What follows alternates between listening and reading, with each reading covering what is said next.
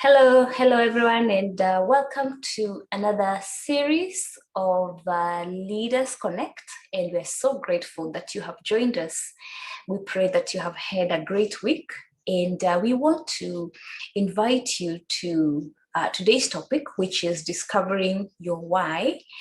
And this is a series, or rather a teaching we had started a few weeks ago, about a month ago, you would say. But we did not get to complete it due to Zoom connection issues. But today we are so happy that we get to get started with it all the way from the beginning and go all the way to the end. Hopefully, by the grace of God, we'll be able to get there. But before we continue, we want to welcome you to share this broadcast if you're able to. Also share with us in the comment section where you're watching us from. It's always a joy, and we mean it, to have you here with us. Thank you for growing with us. Thank you for sharpening us as we work together to develop one another. All right, before we proceed any further, I want to invite this quiet guy here who is smiling to tell us his name and anything else that he wants to share with us. Welcome, Daniel. Well, thank you. I'm glad to be here. You said I tell everybody my name, and then you said it, so I don't even need to repeat it. My name is Daniel anyway, and thank you for being here with us today as we talk about what is your why. And if it's okay with everyone, we can jump right in. All right? Let's do it. Let's do this. So the first thing is, what is your why? Or sometimes that's for those who have kids. It's one of the toughest questions to answer when your child asks you, why? And where I grew up, most of the time, the answer will be either because I said so, or my house, my rules. So anyway. No questions asked. And we love our parents. They brought us up in the ways of the Lord, and they taught us discipline, and we honor our parents, as the Bible tells us to do. But it's okay also to have the ability to answer when someone asks you why. Why is something important? One of my favorite books of all time is by Simon Sinek, which says, start with why. Anyway, what is your why? Your why is what you, or your company, or your business, or your organization is, and what it stands for, as important to your business, as the products or services you sell. So if we're talking about this in terms of a company, your why is what your company is and what it stands for is as important to your business as the products or services you sell. It is in knowing why you are doing business that you set about laying the foundation for your success. Defining what lives at the heart of your business or your purpose for being in business is your why. Talking about a company. If you're in ministry,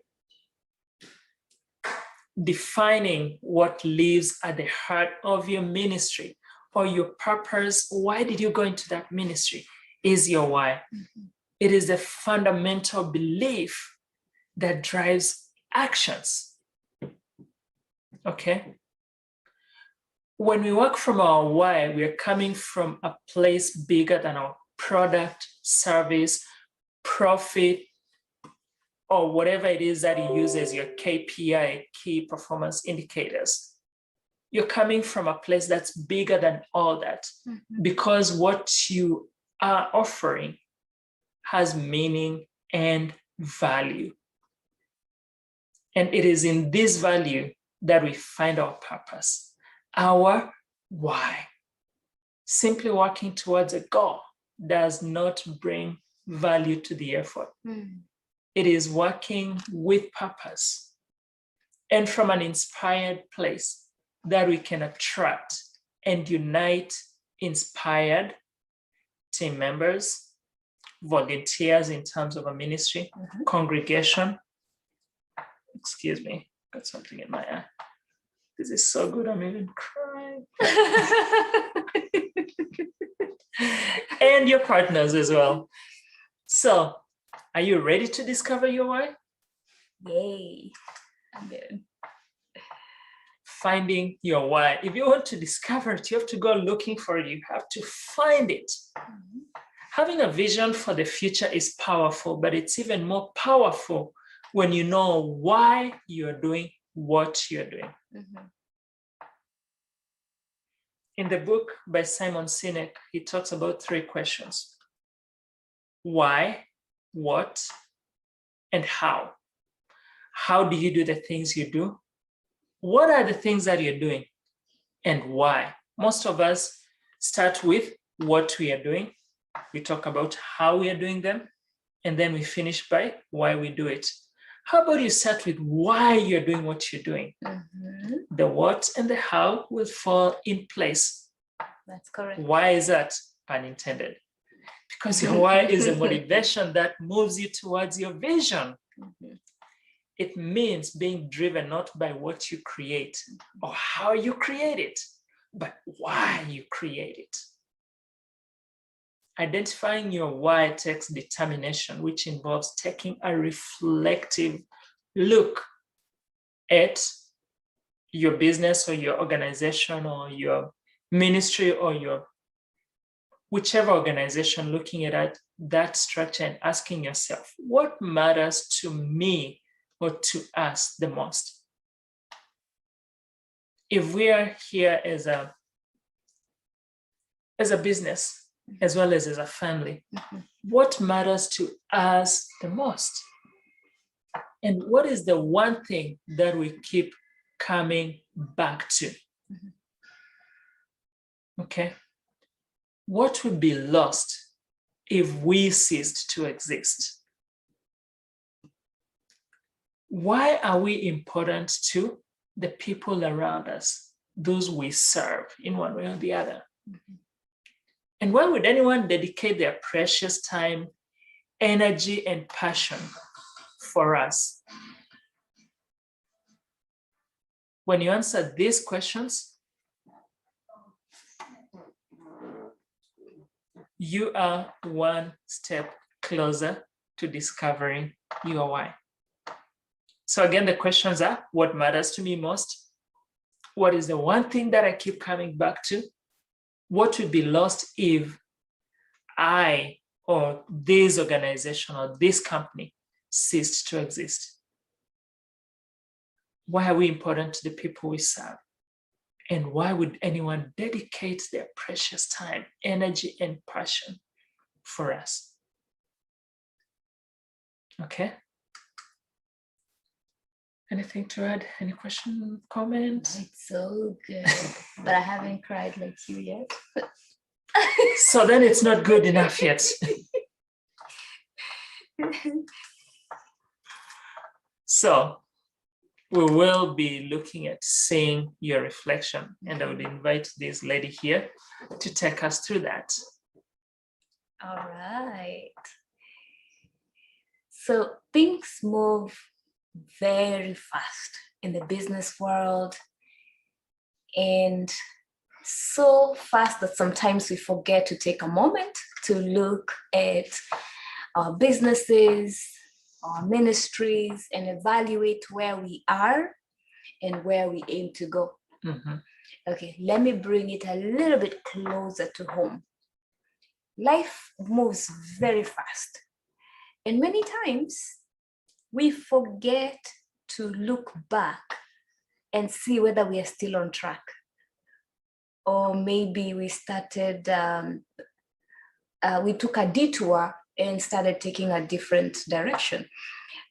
Have you ever seen a child, a small child, working with their parents, and then they get attracted to something and they start following the wrong person or the wrong parent? Sometimes we as adults can easily do that, actually. with ourselves, with our own lives, with our own goals, with our businesses and our ministries. Oh, this is the in thing. You know that SOS, shiny object syndrome, and we're just following that. But never taking that moment could, to evaluate your growth, to evaluate how things are going, could cause a business or could cause you to operate in a continuous loop, an ongoing loop. Last time I remember we talked about the hula hoop. Yeah. And unless we take time to evaluate, we'll keep on making repeated mistakes and working blind to changes necessarily to maintain a high performance culture without even knowing it. So my friends, working from your why endorse every decision you make with a purpose. Every single decision you make is endowed with a purpose. And if you understand why you're working towards a goal, then you make intentional choices and you always have a preference, what's that word? A reference point to measure your movement. So that is the reason why your why is important. You're saying a lot of whys today, right? So good. why is why important? Oh, all right. So the why of God. It is with your why that you create a solid foundation for your goals. And it is with these goals that grow your business, cultivate your teamwork, teams in your teamwork in your team at your place of work, and provide a clear idea of where your company is headed. So goals should be set with an authentic purpose in mind. While money may be the result of reaching your goals or reaching a goal, a money-driven goal does not serve the purpose, only an outcome. So let's look at some purposeful consideration for achieving goals. Daniel. A purposeful endeavor, purposeful considerations for achieving goals. So here are some guidelines to help you establish, monitor, and achieve your goals. And I'm sure most of you have heard about SMART goals, right? Specificity. Your goal has to be specific. Measurability. How you measure your progress towards your goal. Achievability. What you gain by achieving your goal. Relevance. What achieving the goal will mean for your business or for your organization, for your family, for your ministry, depending on which kind of goal you're setting. And then timeliness. What's the time frame for achieving those goals? So the question is, do you have SMART goals? Do you have defined goals in terms of they are specific, they are measurable, they are achievable, they are relevant, and they are time bound? So that's where you start, by setting those goals. And then after you set them, if you just set them in your mind, they'll just stay there in your mind, right? That's why the graveyard is the richest place on earth. But you have to communicate it. Communicating it gives it publicity. And with publicity comes accountability.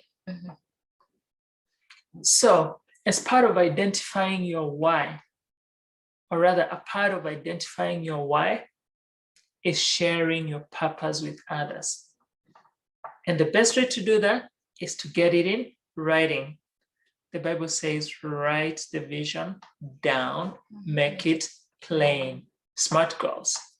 Your why statement serves to encapsulate your purpose and your mission in one brief, all-inclusive sentence. if I say 15 minutes could save you 15% or more on car insurance, what comes to mind? Vehicle. That's their why, right? Or are you in good hands? State Farm? No. It is actually Allstate. Are you in Oh. good hands? Like a good neighbor who's there? State Farm is there. I know we're talking insurance, and I don't know if my friend Stanley is watching, but if you want insurance, you can go to Stanley. He's good. He's a good man with a good mission through insurance. Stanley, thank you, Stanley. Your why statement serves to encapsulate your purpose and your mission in one brief, all-inclusive sentence. See, all these big companies already know that. That's why when you hear friendly skies, you think Delta. A successful why statement should be simple, clear, actionable, and focused on how you contribute to others. Before you get started, let's look at an example of a successful statement. Are you ready?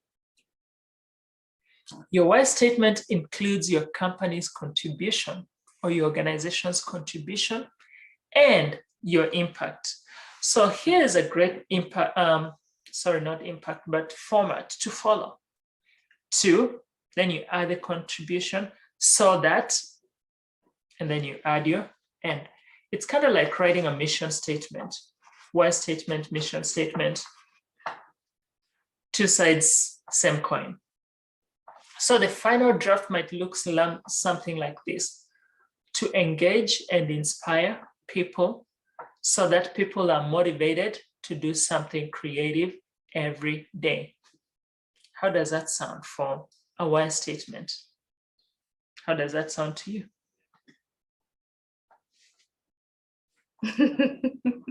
I saw a thumbs up somewhere. It wasn't visible on camera.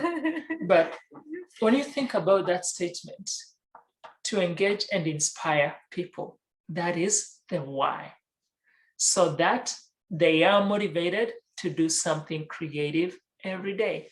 So take your time with these and write several until you get it right. Mm-hmm. Clearly articulating your why is helpful for others to understand your purpose. And it is helpful for you to see it in writing. Okay? Mm-hmm. So when you articulate and people know what you stand for, it's helpful for them to understand where you come from. What is your goal in life? And then for you, when you write it down, it will remind you.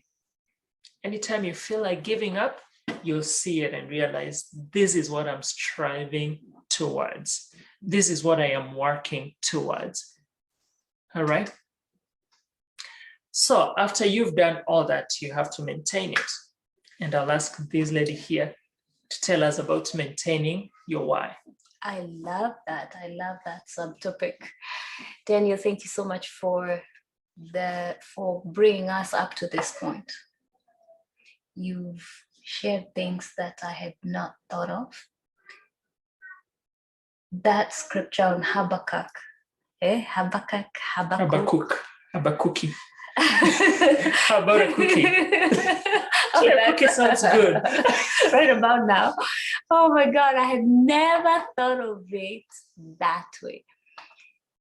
That those words that we all recite about writing your vision, making it plain, it defines SMART goals. And for a moment there, I got lost and I was just thinking about, wow, look at that. This material that we teach, even though we teach it in corporate, its source is from the Word of God. That's where it all comes from. So thank you for sharing that and for enlightening me there.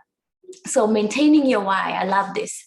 Keeping your why alive and at the center of your company and decisions, and the decisions you make should be a daily practice. You cannot take off. You cannot take a break. It has to be something that you do every single day without fail.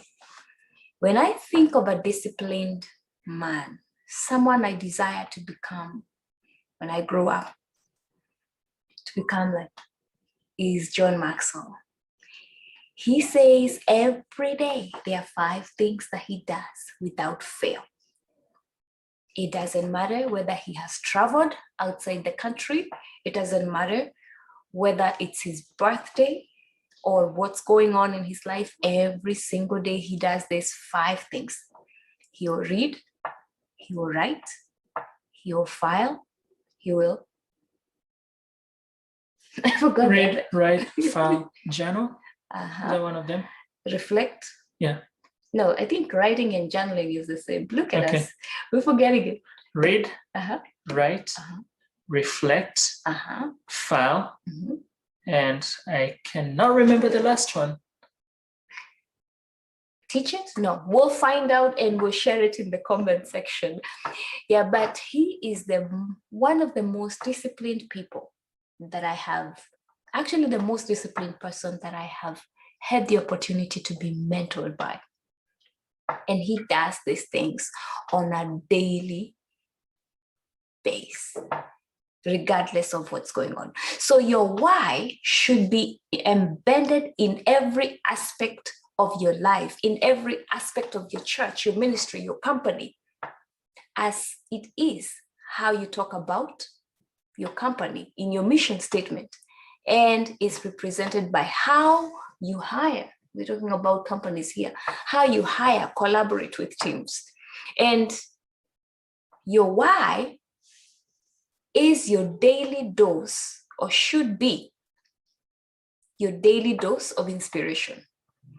Every day, consider it to be your reminder to stay motivated and on track with your vision. Every single day. And so having said that, and I know I'm jumping ahead, it's important for us to make sure that we keep our goals in a visible place where we can see it every now and then, because you need to remember that this is the reason why you do what you do. For example, if I want my kids to, by the way, our kids are about to go to college in a little while here, it's unbelievable. We blinked and they grew. We're now almost heading to college. But if they are the reason why we are working hard, then no matter how hard that job or that business gets, when we see their pictures and the colleges that they have indicated they want to go to, one of them wants to go to Harvard, and he's really working hard to ensure that he gets there. The other one wants to go to MIT. And today I had something different. There's a second option. Was that Oxford? Oxford. I was like, really? Wow. Okay. I didn't see that one coming. I thought we were preparing for MIT. But when we have those pictures where they're visible, then they will drive everything that Daniel and I do. Even when the going gets tough, we get tougher because we know why we're doing what we're doing. So it's very important for you and I to make sure that we use our daily whys. We use our whys as our daily, I'm going ahead of myself. We use our whys as our daily dose of inspiration. Let it be your reminder to stay motivated and on track with your vision. All right, let's look at some ways to keep your why at the center. What do you have for us? It's as simple as staying close to the fire. If you stay away from the fire, what happens? You get cold. So you have to stay close to your why. being engaged in the daily performance of your company or your organization means staying close to the driving force of why you do what you do. Whether you decide to answer phones in customer service or at the reception desk or sitting on a meeting or be the usher, your presence not only keeps you in direct contact with your why, but it also allows you to work alongside people that make your vision possible. That level of engagement adds value by making you a direct player in the overall goal. Do you make a habit of engaging at the entry level? I've heard of this story of a painter who was commissioned, or he was contracted by someone who was commissioned to make a mural for a cathedral. And there was another painter as well who was contracted. So this guy got the main guy got the contract to create this mural. And then he went and got some other people and kind of outsourced it. One of the guys went and did his work, came home, and he was asked by his wife, "So what did you do today?" He said, "Oh, it was just another job. I went and did some painting." Then the other guy, when he went home and was asked the same question, he said, "I was helping make the next great artwork in the world." Wow. So when you are at that entry level, when you engage at that entry level, do you think about it as a job or another chore? Or do you think about it as contributing to the great mission that is your organization? For that to happen, there has to be a commitment to a common purpose. And that is why sharing your why with the consumer is not enough to carry the message to your teams. And a good practice is to follow, a good practice to follow is never leave your why open to interpretation. Because when you leave it open to interpretation, every member of your team, from the executive level to entry level and everything in between, should be able to clearly and comfortably talk about your company's purpose and mission, and offer bonus points if your team can proudly recite it from memory. Yeah. One of the best moments in my life was a time when I was working for another company. There's some 10, 12 years ago. And we were at this meeting, quarterly meeting, and we were asked who can recite the company mission statement. And I was able to recite it. Nice. And the owner was so impressed, he gave me $100. Oh. That's one of the sweetest $100 that I ever got. From that moment on, everybody knew the mission statement. But the early bird catches a worm. That's right. Anyway, a major driver of your success is due to the people you choose to hire to achieve it. So give them a sense of purpose for the work that they are doing by being clear and upfront about your goals. And I know we're talking a lot about hiring and companies and all that. This works in all aspects of your life. For those of you who are planning on getting married and wooing that girl somewhere, can you articulate what you stand for, what you envision for your family? For the ladies, can you articulate and envision what you want in a life partner? See, sometimes when someone asks you, who are you? You start thinking, well, I am Daniel, I am a speaker. All those are what you are. But who exactly are you? Your why will always define who you are. That's deep. Okay. So make sure you and your team and all the players in your organization, in your team, in your ministry are committed to a common purpose. So how do you put the why in team? You just add a question mark at the end of team, and then there's a Y, right? Because there's no W, there's no H, there's no Y in team. But how do you put Y in team? Or why do you put the Y in team? Because it's a team that executes your organization's vision and creates the culture based on your why. You're highly encouraged to maintain a strong culture and performance by offering the following to your subordinates to your team: a clear mission, a collaborative atmosphere, a learning environment, very important. And if you want a learning environment, see us on the side. We can create that for you and your company or your organization. And ensured results. A strong company culture is created when team members have a purpose and a goal for the work that they perform, not just the paycheck, because they can go next door and get the same amount of money. But do they have a purpose and a goal?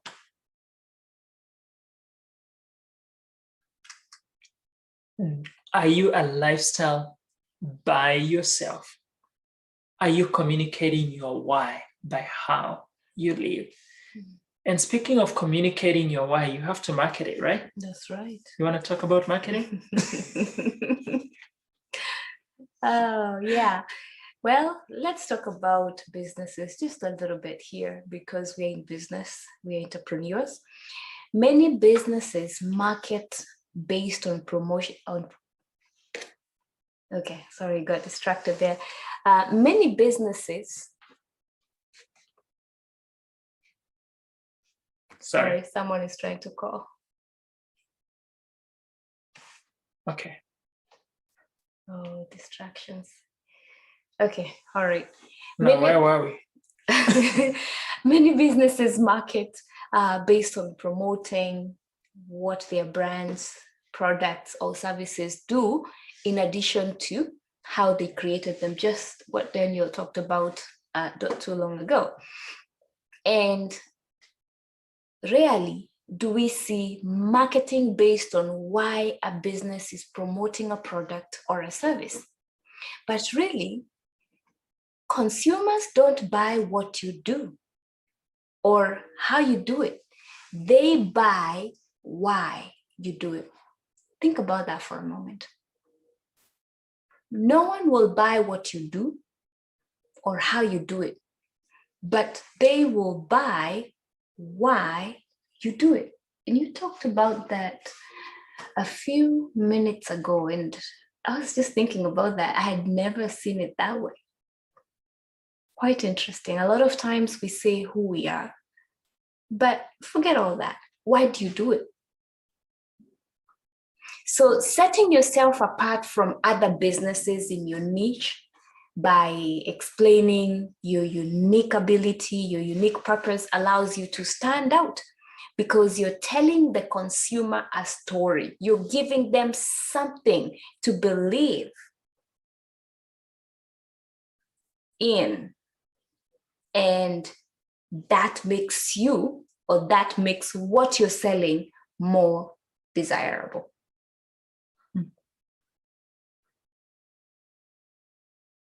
Anything to add to that?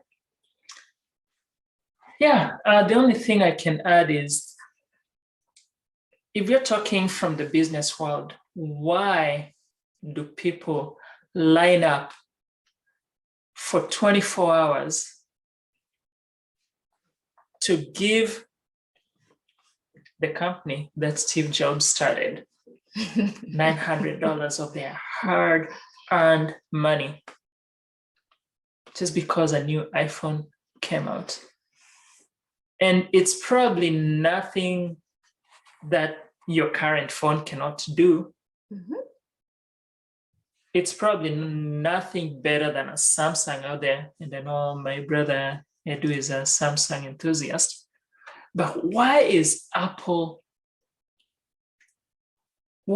it a lifestyle? Why do people gravitate towards Apple so much? You can see the Apple family. On the other hand, why do we go our way to look for the nearest Starbucks that might be, Excuse me, miles away, as opposed to going to a gas station and getting the same exact 16-ounce cup of coffee? Why is that the case? Because Starbucks is offering something. Starbucks gave you a why. Okay? That is why your why is important. Okay? Let's keep going. Okay, so What do you have here? someone sent me flowers. They are beautiful. Really beautiful. Kind of cold outside, so they're not Aren't blooming. they beautiful? Okay, I Wait, who sent you the hope they're flowers? from you. Let's start there. I think you're guilty. Ain't they beautiful? I love tulips. Oh, beautiful, beautiful. Okay. I hope they're from you.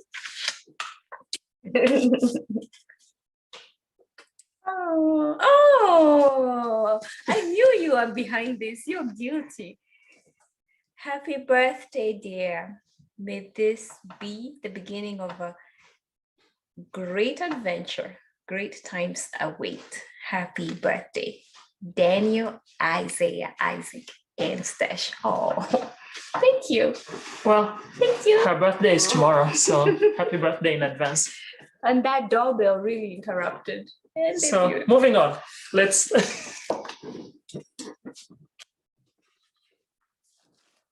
They made. All right. We just talked about the why, how, and what of marketing. So moving on, we'll talk about finding meaning in the struggle. Once you're clear on your why, it's easier to prevent distraction, like the one you just had. Hey, As the you- doorbell. As you now have a specific goal in mind, fine-tuned to your unique vision. Though you may still encounter some struggle along the way, especially if you left your why, a little too broad or a little too open to interpretation. Being met with struggle can stop progress if we let it do so. But the struggle is often shorter than the solution. So staying focused on your why will help you guide you to your solution. If you find yourself circling around to the same struggle again and again, there is a lesson in there that you're not seeing. Seek it out and learn from it. Sometimes it's in the struggle that we find the path forward. Okay. Love that. So, Thomas Edison failed 10,000 times before he invented the light bulb. He did not fail.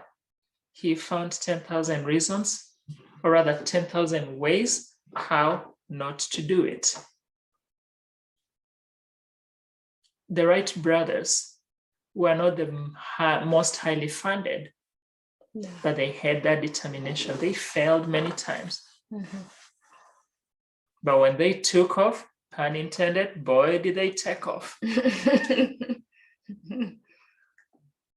Find meaning in the struggle. If it's all smooth sailing, you'll not be able to fix it. And then from there, you need to make your why a reason to give back.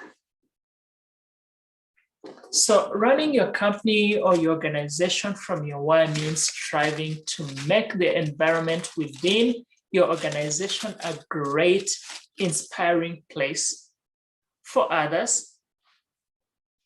But you should also endeavor to make the community outside of your organization a better place to live. Creating a brand comes with the responsibility of making an impact at the team and customer level. But your brand can also serve a greater purpose by taking sustainability measures or focusing on a community-based cause. Giving back to the community or the world at large shows your dedication to your purpose. And it goes above and beyond in setting your company apart from the rest. That's why, and I know Bill Gates has been in the news a lot for all the wrong reasons. Microsoft has made a great impact in the lives of many. Oh, yeah. Right now we're using Windows. That's all Bill Gates, right? There are many people who are employed by Microsoft. But guess what? The greater impact is the Bill and Melinda Gates Foundation. Oh, yeah. Striving to eradicate malaria in the world. Polio. And polio. Giving back to people who might not at the moment be using a Windows computer. But guess what? Windows is still doing that in one way or the other. So how can you give back? Thank you, Daniel.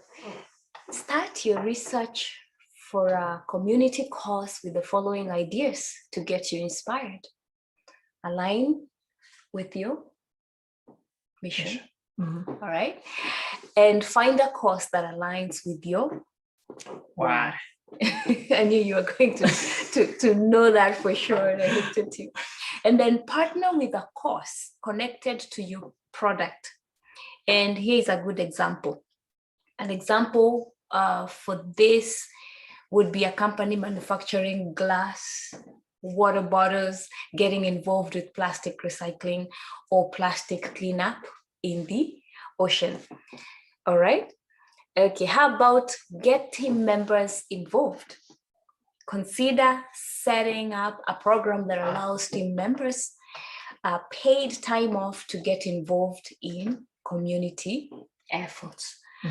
Alrighty. How about volunteer as a team building opportunity? Build a strong team while serving your community. And the last one, maybe educate. Make it your mission to educate the community on a cause close to your why. Maybe this, but here is an example of educating, because this is an area that we're passionate in, especially personal growth, personal development, helping people discover their why, discover their genius zone. And yeah, so find what is your genius zone? What are you good at? What is that gift? What is that special ability that you have? Educate people in that area. Actually, I like what I hope I'll remember his name, Brian Tracy, Eat That Frog. He's written a book, Eat That Frog, but in a different book that I think he wrote 3 years ago, which the title escapes my mind, he talked about if you want to become really good at something, world class, and get paid for it, identify what it is that you love to do. And every single day, spare some time, at least 30 to 60 minutes every single day without fail, and read in that topic. By the time you have covered by the time you've done that for a year, guess what you'll have done? You'll have read about 50 books, maybe 52, depending on your speed of reading. And once you practice those things and you make it a part of your life, you incorporate those new habits, whatever you're learning, into your life, and then you teach it to other people, you will be the highest paid in that area, in that field. And that, in a year, could equal to you getting yourself a master's, a doctorate in that particular field, because this is an area that you're spending time in every single day, and you're absorbing everything that you're learning and practicing it in your own life and teaching it to someone else. So educate people. Make it your mission to educate the community on a cause that is close to your why. Get team members involved. Consider getting up a program that allows team members paid time off to get involved in community efforts. And all the others that we talked about. All right, let's talk about embracing your failures. Every business has experienced failure. Every single one of us, and as individuals, as ministries, as companies, we've all experienced failure. And whether it is a product team member or a service failure, everyone has experienced it along the way. And staying connected with your why provides you with a solid foundation to address your failures head on. And in failures lies the opportunity to learn from our mistakes. Daniel talked about Thomas Edison. I mean, who would try something for 10,000 times? I would probably have given up after the 100th time. Yeah. But he kept on trying, and thank God he did not give up. Otherwise, we would be living in caves. Yeah? Because we would not have... in caveman days, in darkness. Living in caveman days. Would be living in darkness. But someone somewhere by the name Thomas Edison tried 9,999 times. Failing, and the 10,000th time, he got it right. So, hey, in failures lies the opportunity to learn from our mistakes. I like what our mentor, Paul Martinelli, shares when he's talking about the Wright brothers. He says when those two young men got that flight in the air, they did not know how they were going to get it down, but they got it up there anyway. They did not have a pilot license. They did not have any of that. They had never done this before, but they did it anyway. Thank you, Paul Martinelli, for being a blessing to our family. But they learned. So in failure lies the opportunity to learn from our mistakes. Failure and success are constant partners. We learn from our failures. So don't be ashamed when you fail. Look for the lesson that's in it. And so adopt a habit of looking at failures with your team or your teams to determine what changes are needed to do better in the future. And then finally, a failure can lead to more failure unless you're willing to look at it and use it to your advantage to help propel your company forward. An example I like to give is you cannot keep on falling in the same ditch over and over again and not learn from that mistake. You've got to learn to avoid it, or you've got to fill the ditch so that you don't keep falling in it, right? So let's use failure to learn our lessons. Let's use failures to get better. Let's use failure to grow ourselves. All right. And one of my favorites, the power of feedback. When we used to run a catering business before the pandemic happened and graduations and parties and ceremonies were put on hold, so we really haven't been able to go back into the catering business. But anyway, especially when I was as a young entrepreneur in this industry, in the industry of food hospitality industry, I used to take feedback very, very, very, very hard. And I would imagine, don't they realize how hard I worked? Do they realize I gave up my time, my family? I gave an extra this and that. Don't they appreciate? Don't they see? Don't they understand? But as I grew, being a part of the John Maxwell team and becoming a leadership trainer has helped me to embrace feedback. Because one of the things I quickly learned was, unless we get feedback, we'll keep on doing things the wrong way with the right intentions. And that does no one any good. Anyway, so asking for feedback from team members is a great way to best assess your own performance. It is also a constructive way to help you reflect, grow, and succeed as a leader.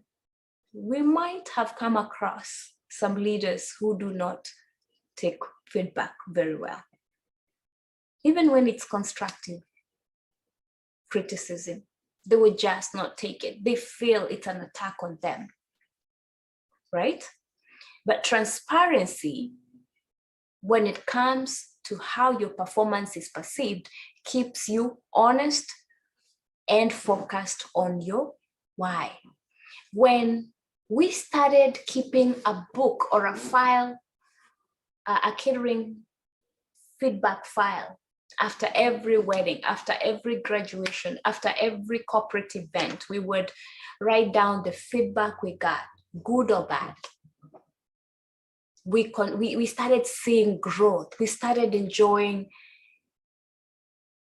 the many events that we got to be invited to, because we got better and better and better, and every time we kept on improving. So good times to ask for feedback is after or before a company meeting. Another good time to ask for feedback is at annual reviews. That's another great time to ask for feedback. How about quarterly, or in the moment, in that particular moment, ask for feedback. But one of the lessons we've learned is, at the moment, you may not get the best feedback because the day could still be young and you've not really looked at the whole picture or heard from everyone that was involved in the planning or that attended the event or that is part of the project. But anyway, ask for it either way in the moment if you're able to. And remember, your response after receiving the feedback is just as important as asking. All right, Daniel, I yield to you. All right. So celebrating your milestones is what we're going to talk about now. So you've done all these, you've created it, you've communicated it, you've marketed it, you've asked for feedback and all that. And here you are standing at the top of the mountain. Don't forget the importance of celebrating your success. It's okay to be modest, but again, celebrate the milestones. Ooh, why? Because celebrating milestones is yet another way to stay on track with your goals. It's also a great way to acknowledge your team for the value that they add and to recognize the work that they do to fulfill your organization's goals. So here are some fun ideas for celebrating. Offer small bonuses or big ones.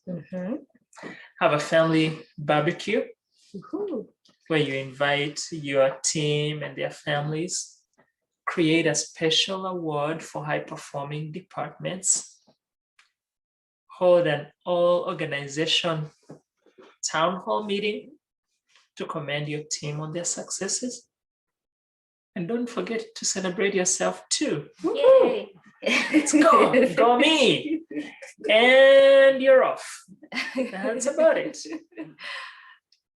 Remember, those celebrating, maintain the 24-hour rule. Celebrate for 24 hours, get back to work. Exactly. If things don't turn out the way you wanted, you can mope and cry and wail and grovel for 24 hours, then pick yourself up and move on. Get back to work. 24 hours. Remember, yesterday's home runs don't win today's games. So can you say that again? Yesterday's home runs don't win today's games. That's a baseball metaphor. I love that. I love that. So thank you for attending this event, and we hope the experience has left you inspired and ready to discover your why. So we do have some other resources for you if you want to stick around for a few more minutes and we'll be done. Or if you should be interested in some great reads.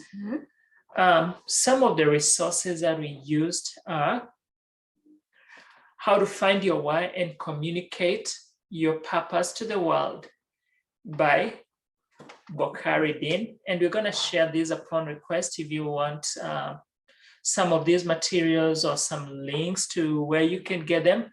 Feel free to leave that in the comment section, or you can inbox us and we'll be more than happy to share that with you. There's also an article by Dave Shafi from 2015, Start With Why, Creating a Value Proposition with the Golden Circle Model. And that was retrieved from smartinsights.com, digital marketing strategy. Then we also have some materials from the Department of Industry, Innovation and Science. There's an article there from 2018, How to Set Goals and Objectives for Your Business in 2018. Edward Freeman, Business is About Purpose in 2013, an article from 2013. And that's actually a YouTube link. We'll be more than happy to share with anyone who is interested in that. We have an article by Wendy Maynard, How to Discover Your Company's Core Purpose. Jamie Nichols, 6 Ways to Enhance Your Company's Social Responsibility Efforts. We have Thomas Opong from 2017, The Purpose of Life-Changing Find Your Why.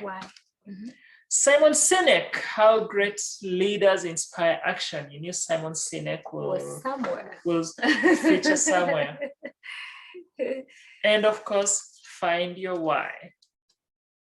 And Start With Why by Simon Sinek. Renee Warren, Why Discovering Your Why is the #1 business move. So those are some articles for you if you want to read further about it. And again, thank you so much. Let me invite Essie to land this plane. We talked about the Wright brothers, right? That's right. That's right. So thank you so very much for attending this Facebook class today, if you may call it that way. It means a lot to be able to share this lesson with you who are ready to start building a stronger foundation by discovering and engaging in your purpose. And guess what? Now is the time to get started. Not tomorrow, not someday, today, now. And so please reach out to us if you have any questions. Daniel and I are very happy to help. Also, we have a special offer for anyone that has watched this to the end up until now. We would love to offer you a free course, online course that you will learn at your own pace and at your own time. And we'll also be happy to do one time or maybe 2 times one-on-one coaching with you. So reach out to us, let us know how this has impacted you, and we'll be happy to walk this journey with you so that we can help you discover your purpose and also live it out. All right, thank you so much. And once again, thank you. Let me just show this off one more time. I just kept on admiring them. It was delivered during the broadcast. I love tulips, really love tulips. We had an opportunity to go see tulips, a whole, was it 5 acres? 5 acres. 5 acres of tulips of all colors. So I can't wait to see this bloom. In the same way we can't wait to see this bloom, we cannot wait to see you bloom. So join our team. Let's grow together. Let's sharpen one another. And let's celebrate our success. Thank you once again for joining us. And until next time, we say,